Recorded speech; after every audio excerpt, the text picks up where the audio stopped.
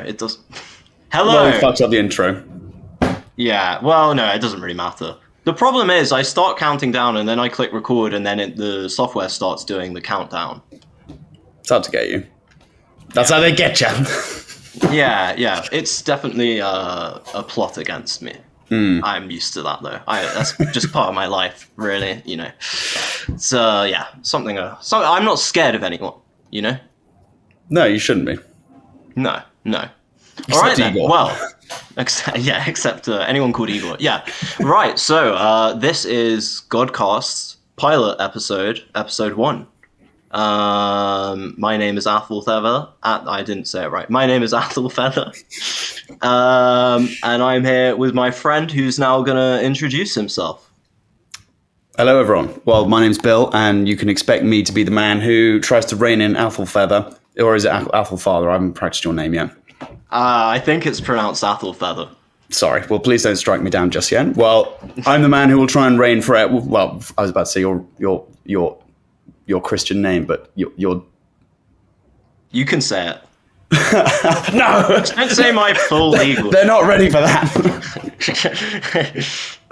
All right, well, I'm the man who's going to be trying to rein, Aethelfether in as he, as you'll see in the next sort of half an hour, 40 minutes, as he goes off on one, which could be a reoccurring theme of this podcast. But we'll see how it goes. This is the pilot anyway. Yeah, it's kind of a premise of the whole thing, I would say. It's just, I can't help it. It's who I am. But yeah, I'll give a little introduction to myself. My name is Aethelfether. I am a man of letters, and I run the Friends of Aethelfether Substack newsletter, which is where I publish the learned articles of my vast network of philosophical peers, or as some people call them, friends. So I don't want to go on too long, but my origins, which I will briefly recount, are very modest and very humble. It all goes back to the Trojan War, when a certain Trojan prince named Brutus fled the burning city with Aeneas, and after being banished from Italy, he sailed to Albion, which was then renamed Britannia after him. And he brought with him along the way a priest of Apollo, who was called Anastasius, and he became the first high druid of the Britons. In fact, the sorcerer Merlin was a matrilineal descendant, matrilineal because his father was an incubus, of Anastasius. And after the Saxon conquest and the founding of Wessex, the descendants... Can I just hang on? Is this just a reading of your Substack? No, this is not. This is unpublished. This is the first time anyone's heard it. I wrote this morning. Hang on.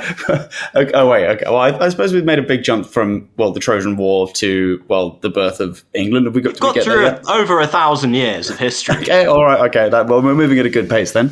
Yeah. So the descendants of Merlin after the Saxon conquest were condemned to poverty, and so they forsook the practice of magic and instead pivoted towards running pubs in Plymouth, and that's my paternal heritage. Maternally, my ancestors originate in what is now Shenzhen in Guangdong province, and they were prosperous Taoist alchemists who were banished from China after the Yellow Turban Rebellion and then settled in India. And after some poorly timed investment decisions, they wandered to Europe and settled in Illyria. And then through cunning and wit, they became advisors to Constantine the Great, but then they fell from grace under the reign of Julian the Apostate, after which they became chicken farmers in Dacia. And this remained their profession until the 18th century, when a certain Frederick, rechristened as Friedrich, joined the Prussian army. He then escaped from the hands of the Austrians at Kunersdorf, and then he journeyed to England, where he ran a successful chicken brothel, which is where my family derived their present inheritance. And that brings us to me. I was born on the millennium in an undisclosed location in the West Country. I was exiled from my family at the age of 10 after successfully prosecuting my other family members for mistreatment of poultry livestock. I then educated myself through books alone before moving to London, and then I went to uni and blah, blah, blah, blah, blah, doesn't matter. And then last year I had a vision where an ancient Chinese ancestor of mine commanded me to educate the masses in moral conduct. And that is what led me to found my Substack newsletter and in turn this podcast. And that's what I'm here for. Well, there we are. Chicken fuckers, warlords, and visionaries.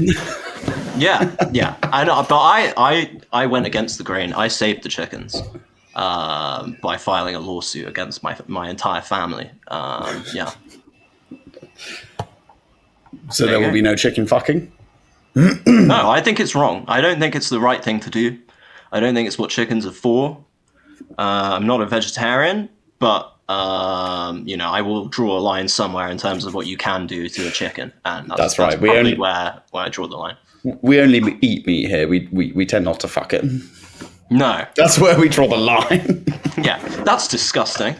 Yeah. And I know this isn't a mainstream view, but we're totally against that shit. I'm going to make a stand today because I'm sick of hearing about all these incidents in the media, what people are doing to chickens. And they're filming it and they're putting it online. And hopefully the act that the government has just passed will protect the chickens. Because I was under the impression it was mostly focused on chicken porn. Well, it's going to save them from being watched in the act, I suppose, online. But is it going to stop the actual offence? Well, who knows what goes on behind closed doors? Who am I to judge what one man and his chicken do in the peace of their own home? Which is presumably some kind of what's the thing a chicken lives in? A coop. A coop, yeah. One man, two male one chicken. chickens. What two cockerels do behind closed doors in their own coop is none of my business. I'm kind of a classical liberal. Having owned quite a few chickens, I've never known two male cockerels fuck. I've just known them fight. They just tend to kill each other. Yeah. Anyway, but, love and violence. Yeah. True. I digress, though, and we were going to briefly mention the online safety bill, which, well, I saw a few bits, but Fred, what do you know about it so far? I don't know. I don't read. What I know is that I'm against it in principle, not because I ever watch any smut, but because I am a classical liberal and I support people's right to watch whatever they want, so long as it doesn't hurt the chickens. And my view is that freedom of speech and freedom of pornography and so on and so on. I think that's all that matters, really. At the end of the day, filibuster. I'm filibustering for the chickens, who I hope are protected by this bill. But really, at the end of the day, it doesn't bother me. Because I never have, and I never will, watch any smut. How do you feel about it? How do you feel about it?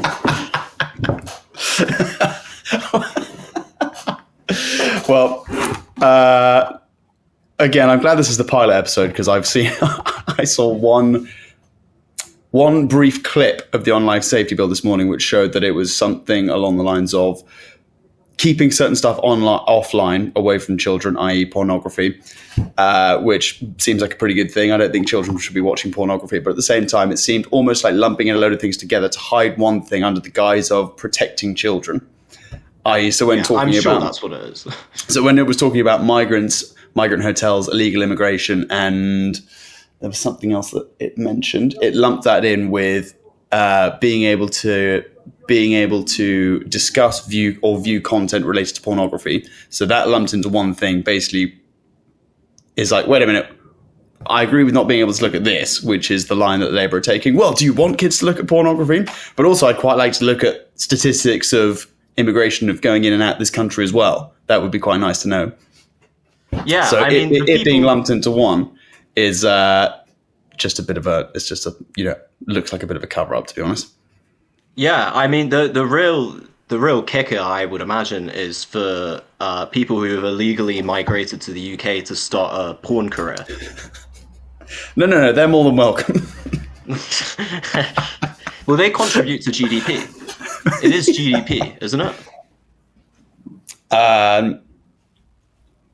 If you watch porn, pornographers. if you go on a porn website, you're increasing GDP, which is good for the economy. And so that's the only time, I will confess I have watched porn a few times in my life, but it was purely when we were in recession and the economy needed a stimulus. And I thought, I'm gonna Stimulation to stimulate the economy. Yeah, I'm gonna provide what John Maynard Keynes would have called an injection into the economy, or perhaps you could call it an ejaculation into the economy. But that's the only justification for porn that I can think of, is to boost the economy, boost GDP, to boost the economy, get Britain back on track, get people back into work, even if that job is filming people doing disgusting things with each other. I think it's essential. All right, nice. I like the sound of that. Can't argue against that. You can't. No, you can't. There's literally nothing I can. I was trying to think of something to argue against that, but there's literally nothing I can think of. It's science. It's scientific fact. It's peer reviewed. And I can say it's peer reviewed because I have many peers living inside my head, and they reviewed it before I spoke. So everything I ever say is peer reviewed. They're clapping now. And awarding you some kind of prestigious medal of some kind as well, I'm sure. I'm weighed down by these metaphorical medals. I mean, it's like a cross to bear. When did porn come into practice as well? Depends what you mean by it. Well, all right, okay, so sort of printing or published work, which is sort of pornographic. There's probably some smut from some kind of time in terms of literature, but in terms of actual images, and to go further back, was there live porn back in the day? You see, I bet there were a fair number of Roman emperors. Basically, a peep show. Yeah, who but had then again, performers if you've got people performing right in front of you, you're probably going to end up banging them. So that would just be some kind of Roman orgy, which is way cooler than some nerd these days. Unless you're a voyeur. What's a voyeur? Someone who just likes to watch. They don't like to get involved. That's a common thing. Yeah, like a fly on the wall. That kind of. Can I? You guys don't mind me here, right? Yeah. Just don't mind me. Well, there are a lot of guys just who like pretend I'm not here. There are a lot of guys who like watching their wives get fucked by other guys. That's the whole thing. Yeah. I've seen, what was it? It was John Ryan. Yeah, I've seen, not John Ryan, something Ryan, with John Krasinski, where there's an Air Force pilot who basically ends up shagging some guy's wife, and he's like, whoa, yeah, you do that, and I'll just watch, and it's like, okay, all right. Wait, John Krasinski, who's that? John Is that the Wick, guy from The Office? sorry. Yeah, John so the Wick. guy from The Office, not John Wick. Are you thinking of Ted Kaczynski? Not the Unabomber. No, so basically there's this thing with John Krasinski where he's in this show, which I think is called Jack Ryan. It's on Amazon. And basically there's a scene where a guy who operates a drone in the Nevada desert is really like upset and coming to terms with the fact that he is bombing people who are thousands of miles away. And he's like experiencing war, but not sort of real war, if you see what I mean. To him, it's like playing a video game. He ends up sort of going on a massive night out, drinking a shitload, and then some like weird couple come up to him. The wife is really, really hot, and she's like, "Oh, you want to come back with us?" And they're partying, like sex is not implied. And then they get back, and then basically the husband's like, "Right, you two bang," and he's like, "Wait, your wife?" And he's like, "Yeah." He's like, "You watching?" He's like, "Yeah," and then he does it. Yeah. Fair play. Would that stop you? Would you go ahead if the husband was just watching? It depends on it depends if the guy beating off. You know what? Probably not. I'd probably get cold feet. Yeah, that's because you're a coward. Coward. Yeah, probably. Yeah, in some sense, the men who like being cuckolded are kind of the manliest men out there, because you can't really, you could call them a cuck and they'll just get more horny. You can't defeat that. it doesn't matter what insults you level at them; they just get more and more aroused. So it's pretty incredible. It's like a Hegelian kind of concept of the laboring of the negative, where things kind of you can only define yourself in terms of in opposition to something else. Yeah. That's so strange because it's like if either of us were married and you had to sit there sort of like, handcuffed and watch your wife get banged, you'd be there like, fuck. It'd be probably the worst day of your life. You would, you'd want to kill yourself. And also, to put things into context, it's your wife that's handcuffed you and made you watch. So there's like, it's full consent and you're there like, no! Sort of Clockwork Orange, your eyes are wide open. Yeah. That would be the most humiliating thing on the planet. Whereas a guy you're trying to insult, but because he enjoys that shit, he's just going to go like, yeah. You're not going to be able harder and harder. You're not going to be able to make a dent. Yeah. You could, So they should, those kinds of guys would have a field trip in Guantanamo or somewhere like that, There's probably a bit more gay stuff in Guantanamo, isn't it? Yeah, but that's part of the humiliation. Oh, I see. Well, so just any depraved act. The more depraved, the harder they get, the more aroused they get. I guess I'm just talking about masochists at this point. You just can't. You can't torture them. You can't do anything. You can't defeat them. They're the bravest people out there. The best of us, some might say. And that's why I am opposed to the Online Safety Act. The trailblazers. Yeah, that's the future, Yeah, but I don't mind preventing children from having access to that kind of stuff. I feel like actually in about 30 years' time they'll be interviewing our generation, like guys like us, and we'll just be interviewed about. How like there are interviews with World War II veterans, and it's like talking about the things they saw and stuff. I think they would have the exact same thing, but it would be guys in our generation just talking about stuff we stumbled on the internet. Yeah, when we were children, and how much it scarred us. It's like World War II in colour or something like that, or like The World at War, where it's like all these guys, they're all wearing medals, they're all wearing caps. They're usually like, there's usually a moment where they start tearing up because of something which is like, very, very, what's the word I'm looking for? Like, fair enough to tear up about. It's some kind of horrendous moment that scarred them for the rest of their lives. Whereas, our generation, what would that be? Just like, I came across, typed in a few random letters by accident, accidentally pressed enter. Turns out those 3 letters in Pornhub were the most fucked up shit on planet. I can't stop thinking about it. It would be exactly the same. I'll be there decked out in medals. I'll be saying like Survivor and shit. And I'll be talking about all the things I saw the Japanese do. But it's just talking about porn. Back in South Korea. Fuck me. Yeah. That's what I'll be saying. I'll be like, I'll just be saying, I can't believe the things I saw them do. They got no soul. Stuff like that, The real hero's the one that never came back. Yeah. But instead of being like, the worst thing was a banzai charge, it would be like, the worst thing was a bukkake. There were 59 of them. They surrounded us. Yeah, that's. And then they just started coming out of nowhere. Very good. Good. Yeah. So, I guess that's my view on it. So, what? You're not allowed to talk about immigration or look at immigration. I believe you're not allowed to post content about it on the internet.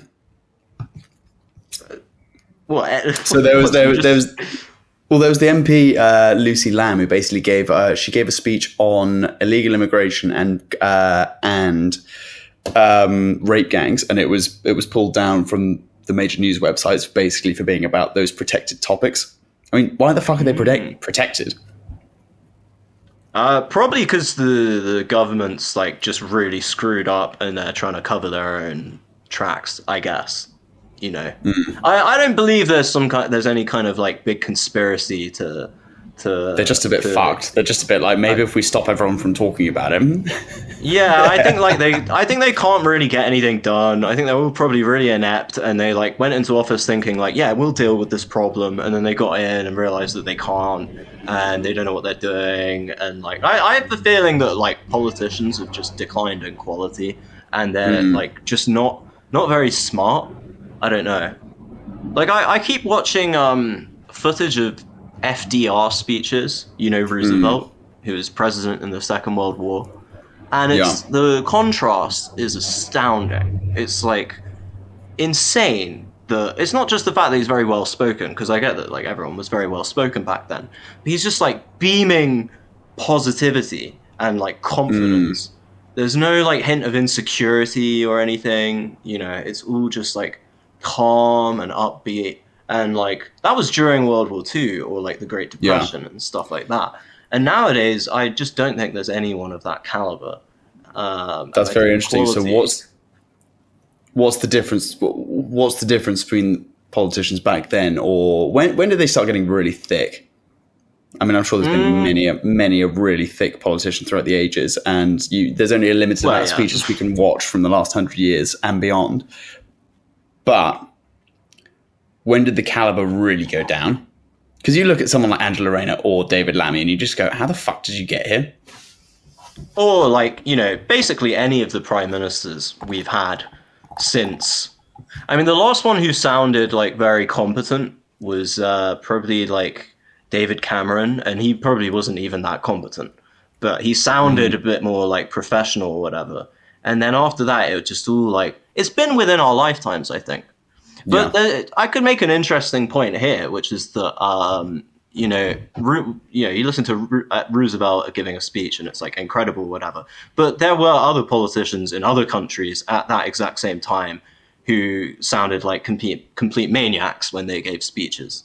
I'm trying to think of one. Have you got anyone in mind? Hideki Tojo. It's the first one, I think. Chiang Kai-shek. Yeah, right. He was dumb. Yeah. He was actually. He was actually really dumb. He was just like a spoiled rich kid. Who was basically given the power.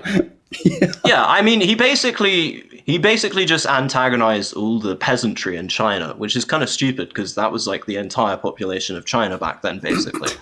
So like, it's not surprising he ended up losing to the communists because like he just made enemies with everyone and did all these purges, and then thought that, you know, whereas Mao's purges were at least killing groups of people that the average Chinese person probably had reasons to want to kill, like their landlords. It's just non-stop, like the promise of once they're dead, things will get better.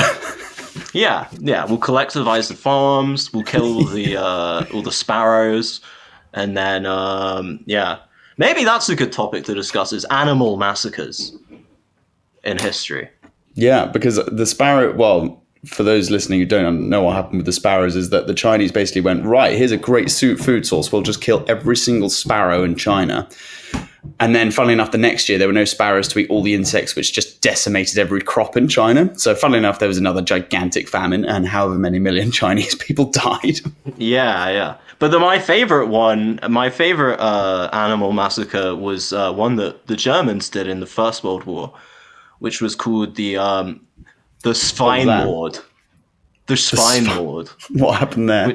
The pig massacre. Well, they realized, because they had a naval blockade around Germany and they were all starving. So they realized that the best way to deal with that, because pigs obviously require a lot of food. You know, they eat anything, and like you have to keep feeding them. So they thought, if we kill all the pigs, then that will free up a load of grain resources that we can use for the people or the horses that we need for the war or whatever. And they killed all the pigs, and then they realized that half their diet is sausages, and it actually just made everything way worse. That is really dumb. Also, pigs breed so quickly. So, do they? Yeah, they really, because they have litters of anywhere between 8 and 12, and it only takes them 3 months to give birth. So they have a lot of piglets. 3 months? Yeah, 3 months, 3 weeks, and 3 days. Wow, that's how long it takes to make a pig. Yeah, pretty much. Yeah, it's crazy. Funny animal massacre, which totally backfired as well, is Captain Cook when he was in the Pacific, basically went to this. He just stayed on this Pacific island for a bit, and they had these really, really spiky starfish, which were like, you go into shallow corally water, and all these men were coming out. They were sort of like a mixture of a starfish and a sea urchin, and so they used to basically hack them to death. Well, they didn't realize though was that these starfish, when you hack them into multiple pieces, don't die; they just multiply. So they would like hack them with spades and cutlasses and whatever, and then suddenly, by the time they thought they'd killed them, there's just like 20 times more of these starfish around this island. I'm going to do more research on this because it's actually quite a funny story. They were just like chilling out for a few weeks, tried to kill all the starfish, and just ended up having to leave because the starfish just overran everything. Captain Cook was the guy who got executed, right? He got eaten by a bunch of people in Hawaii. Oh, why? I actually don't know. He discovered like half the modern world. He discovered New Zealand, I believe, for the Europeans, and then he was from Whitby in Yorkshire, and he was just this insane sailor who then went on to become a captain of this not Royal Navy ship, but explorer vessel, chartered to just go and explore things, and they ended up discovering Hawaii, maybe the Galapagos Islands, New Zealand, loads of Polynesian islands. And there was a funny story where he got to New Zealand, and the Maoris would do this thing where, like, the Maori women would, because metal was so precious to them, they would basically offer sexual services to the sailors in return for metal. So then Captain Cook basically found the ship falling apart because all the sailors were like getting all the nails out of the planks and stuff like that. And then he went, right, we're leaving before this boat fucking falls apart. What the Maoris should have done is in return for metal, allowed the sailors to watch them having sex. Just to go back to... Just a bunch of cucks on Captain. Yeah. Cucks only. Captain Cuck. Cucks. Well, actually, does that make you a cuck if it's just like another couple? No, that just makes you a sort of... I don't know what the fetish is called. A voyeur. A voyeur, yeah. I'm telling you, yeah. It's a voyeur. Yeah. Which is, I only go to peep shows. I never have sex. Yeah, I swear, like, most Dutch people, that's what most Dutch people are like, isn't it? I'm not sure. They do love it over there, though. I feel like they must have invented porn. Yeah, very possibly. Funnily enough, when I was there with our friend who used to live in Amsterdam, you just go to all these really cool old bars which are sort of hundreds of years old, and I remember seeing loads and loads of little tiles, so kind of bathroom tiles, and some of them were quite old, and it's just sort of like Dutch people wearing those like buckled hats that the pilgrims who went to America wear. You know what I mean? Like the kind of yeah. You know, so like men dressed Wait, in sort of stockings. No. But I was saying I saw these painted on the tiles, so like really, really old tiles, and it was just like men wearing that kind of clothing. You know, pipes and sort of Charles I moustache and stuff like that. Mm-hmm. That kind of attire, sort of like 1600s, all just getting sucked off in these little like cartoons. So they must have loved it back then. Just like smoking hash from the sort of Dutch East India Company, and going to peep shows and brothels when they got back. But also documenting it. The earliest erotica I've seen is probably the wall paintings from the brothel in Pompeii. Have you seen that? No, they're just. So when they were digging up Pompeii, they found the ruins of a brothel, and it was like very well preserved, and they had just frescoes all over the walls of people just getting it on, and some great graffiti had been carved in there. Like the best one was a guy carved in some graffiti that said, "Goodbye, wondrous femininity. From now on, I will penetrate men's behinds." Some bloke who had a terrible time. Yeah. He had to work a few things out in there. Yeah. I don't know if they look down on going there that much. What? Going to the brothel or going there and then becoming gay? I think it was a fairly normal, well, both probably, but I think it was a fairly normal thing to do. The Romans didn't mind gay people that much, so long as they were tops. That was their rule. It's true. What? So you were the lowest of the low if you were basically taking it up the arse? Yeah, well, you were, in their eyes, you were a woman, which is like the worst thing you could be. Right. Okay. That was their you. perspective on it. Yeah. Right. Where do I find me one of those? Where do I find me one of those man women? Yeah. Well, I'm sure they definitely had a lot of stuff like that. They had a lot of eunuchs. All kinds of things. They were very tolerant people, the Romans. Yeah, for sure. Yeah, that's how you conquer the world. Is by Did they have Pride Month? Very tolerant. I think that was just all year round back then. I mean, these are Italians. Yeah. But I think Pride Month's kind of on the decline in the UK now, isn't it? It's not getting as much funding as it was, and so it's kind of, a lot of them were cancelled this year. Yeah, because I suppose it's the kind of struggle thing. I've met quite a lot of older gay people who just goes like, yeah, it wasn't my fucking personality. I just wanted to do it without being arrested. Whereas now people have taken it upon themselves to make it their personality. And the most, to be honest, tragic thing is when someone is not gay, they're just some straight guy, but they're slightly lacking in interesting features about themselves. So they go, yeah, I'm queer. Harry Styles. And it's like, oh, has he done that? I don't know. Why does he need to do that? He's probably... He looks like the kind of guy to do that. Why? Because his agent probably told him to do it. Yeah. Probably. But it's just a little bit tragic when someone goes, yeah, I'm lacking in interesting qualities. Yeah, I'll come to Pride. I'm totally queer. What does queer mean? It means I'm sort of not one way or the other. It's like, what are you into? Oh, doesn't matter. Are you straight? Yeah. I think that there's a technical term which is straight queer or something like that. I think that's actually a term some people have used. But to be honest, I would imagine most most people in the actual gay community probably really can't stand those people.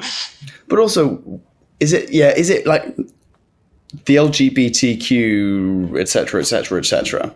Is that really a community? Well, it should be more like a religion. I think people complain like it's like a religion, and I think like it's not enough like a religion. What we need is a priest class who don't have like conventional marriages or anything like we used to have in the Middle Ages. Like if you were gay in the Middle Ages, there was a job for you, and that was being a priest. And what we need is to bring those opportunities back. We need to turn it away from being a community and into being a socioeconomic class with legal privileges that no one else has.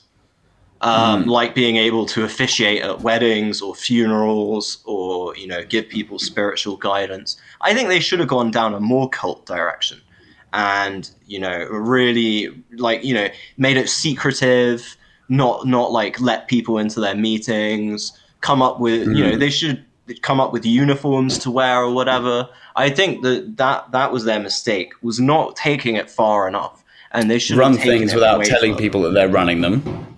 Yeah, give off like the illusion Freemasons. that the people give off the illusion that the masses are running things, like a democracy. Yes. Yeah. But then, whenever they vote for something, it completely ignore it and just keep on doing what you want to make happen. Yeah. Nice. That's what they should do. Yeah. I think that's the recipe for a healthy society.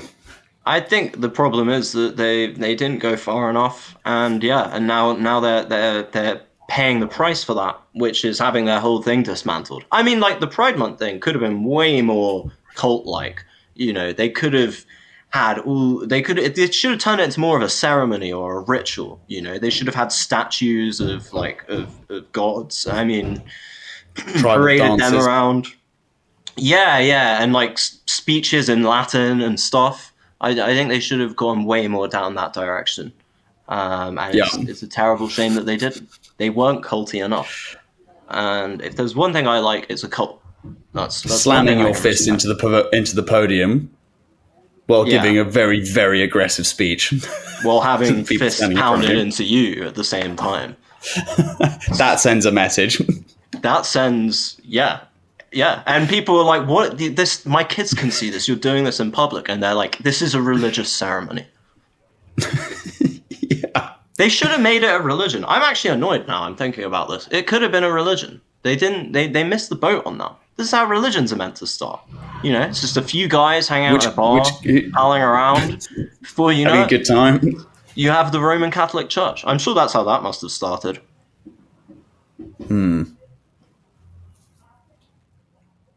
Yeah.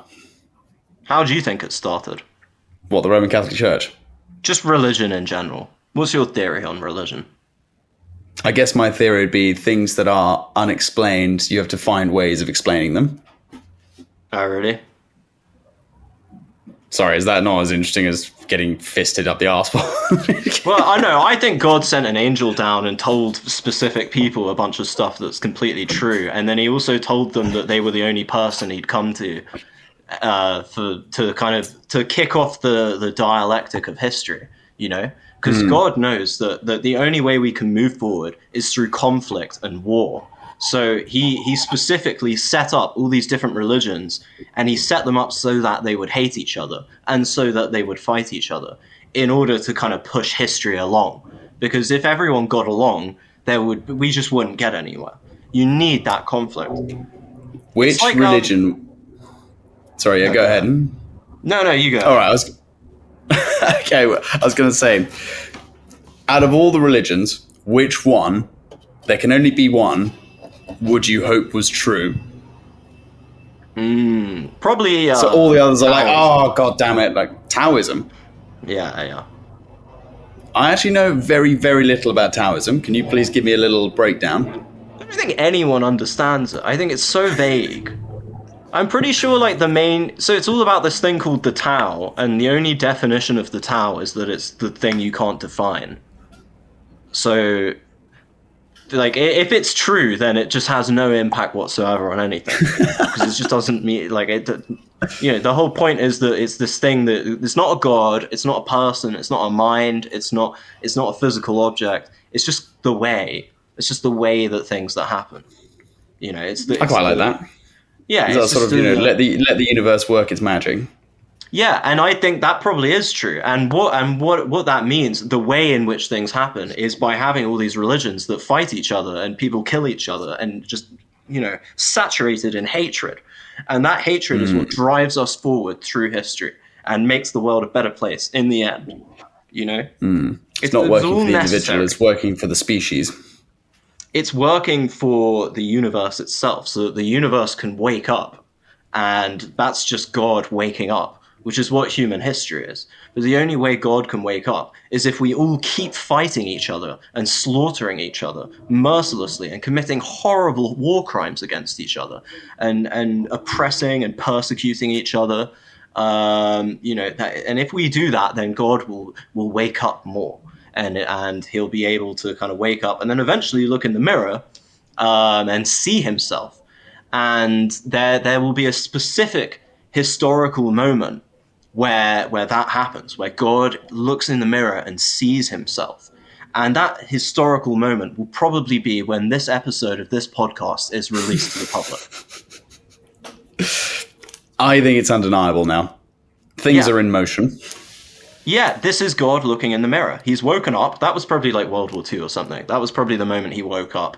And then the past kind of 70 years or so, he's been dragging himself out of bed and slowly ambling to the bathroom to look in the mirror. And then whilst we're recording this, he's in front of the mirror, but he's not raised his eyes up to it yet. But the moment I hit the publish thing, or you hit it, or probably you, because I don't know how to do that. But the moment one of us does that, that's when his eyes open in front of the mirror and he sees himself. And then, if his morning looks anything like mine, he immediately will start punching himself because he's so disgusted with the way that he looks. He's so full of hatred for himself. And then he has a coffee and then he brushes his teeth. And I'm not sure what those historical events will be, but I imagine they will be kind of phases in the development of this specific podcast. Nice. I think it's inevitable. Well, I'm glad we set the wheels in motion. I'm looking forward to what God's action next. Yeah. His I don't know actions what next, would be next. rather. Well, actually, I do. It's what I said. He'll punch himself. He will be so upset with how he looks. And he'll say, why haven't I gone to the gym? I kept saying I would do this. I haven't. I've just been drinking every day. I feel like shit. Why is it like this? And and he starts hitting himself. I'm trying to think of like an individual on the planet who's got that kind of mindset. Some really furious guy. Wait a minute. A guy who's depressed, but he only knows he only knows anger. So his idea of depression is just kind of being angry at yourself. Nice. Well, I'm looking forward to it. I think we're looking forward to a time of world peace, which can be expected in the next decade. I'm sure. What could go wrong? Well, I'm looking forward to war. I'm looking forward to everyone kind of figuring things out and China taking over and me having to teach my children how to speak Mandarin. Yeah. I don't think the Chinese will take over, but that's for another episode. Next episode, that's the theme. Definitely. Nice. Let's argue about that. Yeah. Nice. Let's have a big fight. Yeah. We Sweet. should get a guest. Xi Jinping. Oh, have you... well, anyway, I won't say this. This will be for next episode, but Xi Jinping is apparently on the ropes. He's been caught trying to escape the country or something like that. Why would he do that? I'm sure he knows what he's doing. You're talking about the paramount leader of China, whose name is the next president of the world. Yeah, I hope so. That's probably why he's leaving. He's probably flying out to come and join us on the next episode of the GODcast. He's on his way. Perfect. Well, that's something you can look forward to. Anyway, thank you very much for tuning in. This was the debut and pilot episode. So if you've got any things or advice on how we can improve, then please don't send that in and fuck off. I will ignore it. I will not listen. I will dig my heels in and I won't listen. I never listen to anyone. We will triple down. And look where it's got me. I'm living the life of Riley. I'm unemployed. I don't have to do anything. People keep saying you need to get a job. Not going to do it. Stop saying that. Stop telling me. The more you tell me, Fred, this is a job. You've literally just employed yourself. Yeah, this is a career, actually. Yeah, great. Now I have something to tell those people. You did 42 minutes of work today. God, broke a sweat. Anyway, thank you for listening. Goodbye, everyone. Thank you very much. Goodbye.